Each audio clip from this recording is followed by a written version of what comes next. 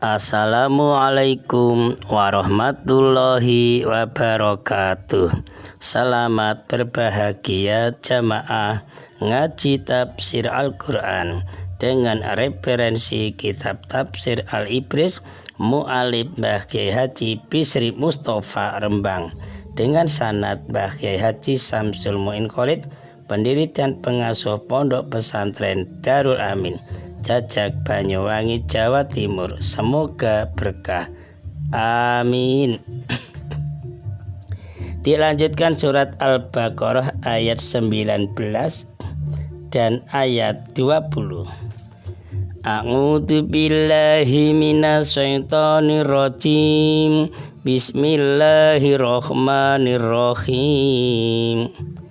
Al-kasayyibin, utawa kaya wong kang kudanan, minasamai kang saking langit utawa mendung, fihi kang iku tetep ing dalem soib, dulumatun utai pira-pira peteng, warotun lan bedek, wabarakun lan kilat, ya ja'aluna kang padha ndadekake sapa munafikin asyabingahum ing pira-pira ros-rosane drijine munafikin, fi adhanihim ing dalem pira-pira kupenge munafikin, minasawang iki saking are wedi bledek, khadarul mauta krana wedi mati. Wallahu utawi Gusti Allah Ta'ala iku mukhitun dat kang nglimputi bil kafirina kelawan wong kang padha kafir kabeh. Ayat 20. Ya kadu meh akan terjadi apa albarku kilat yakhtafu iku yakhtafu nyamber apa kilat abasarahum ing pira-pira peningale munafikin, kullama adha'a nalikane madangi apa kilat lahum marang munafikin, masau mongko padha mlaku sapa munafikin fihi ing dalem do. Wa idza atlama lan nalikane matangi apa do ngalihim ing atase munafikin, ndak itu kilat, kamu mongko padha ngadeg jajak sapa munafikin, walau sa'a lan lamun ngersake sapa Allah Gusti Allah ladaba mongko yakti nyirnake sapa Allah bisamihim kalaban pangrungune munafikin, wa basyarihim lan pira-pira peningale munafikin. Innallaha satune Gusti Allah Ta'ala ala kulli syai'in ing atase saben-saben perkara iku qadirun kuwasa maha kuasa. Ayat 19. Di dalam ayat ini memberikan perumpamaan yang lain. Pokoknya munafikin itu di banyak perumpamaan saking buruknya.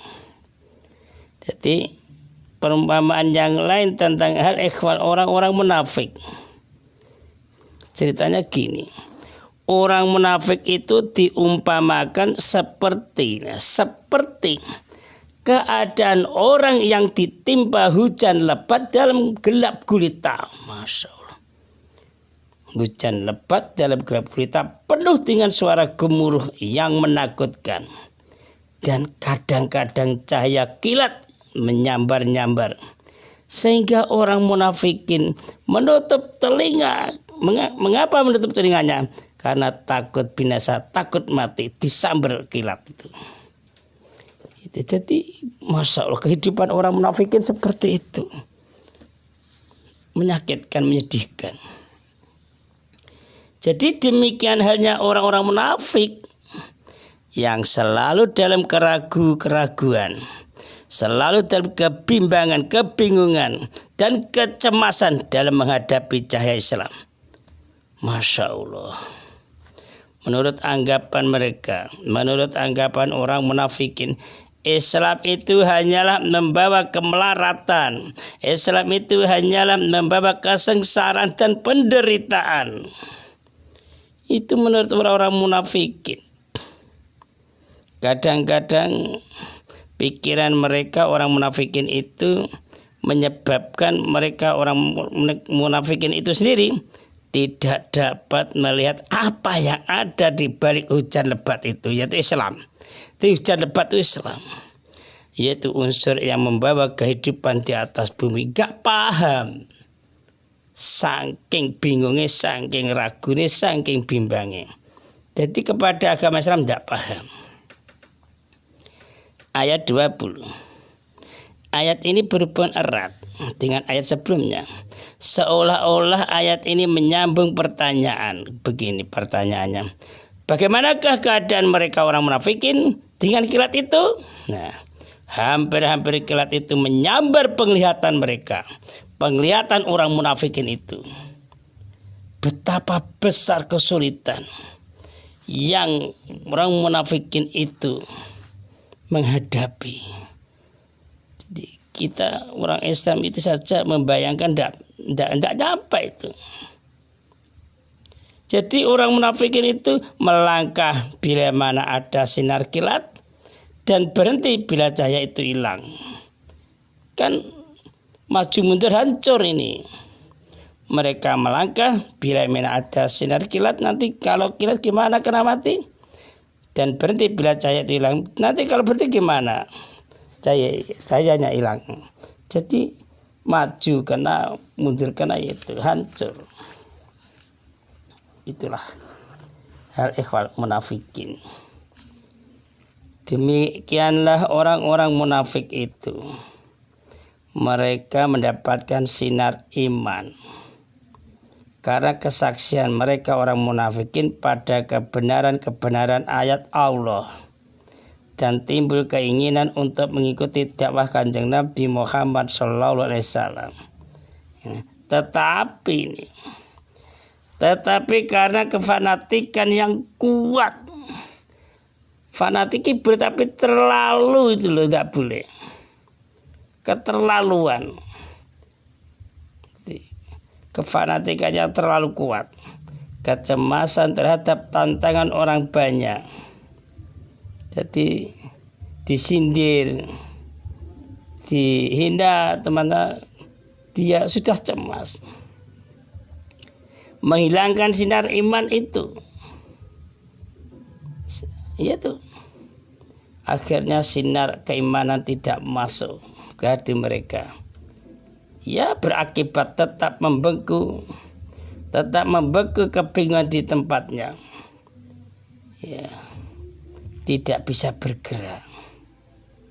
Ya, bingung terus di tempat. Allah Maha Kuasa.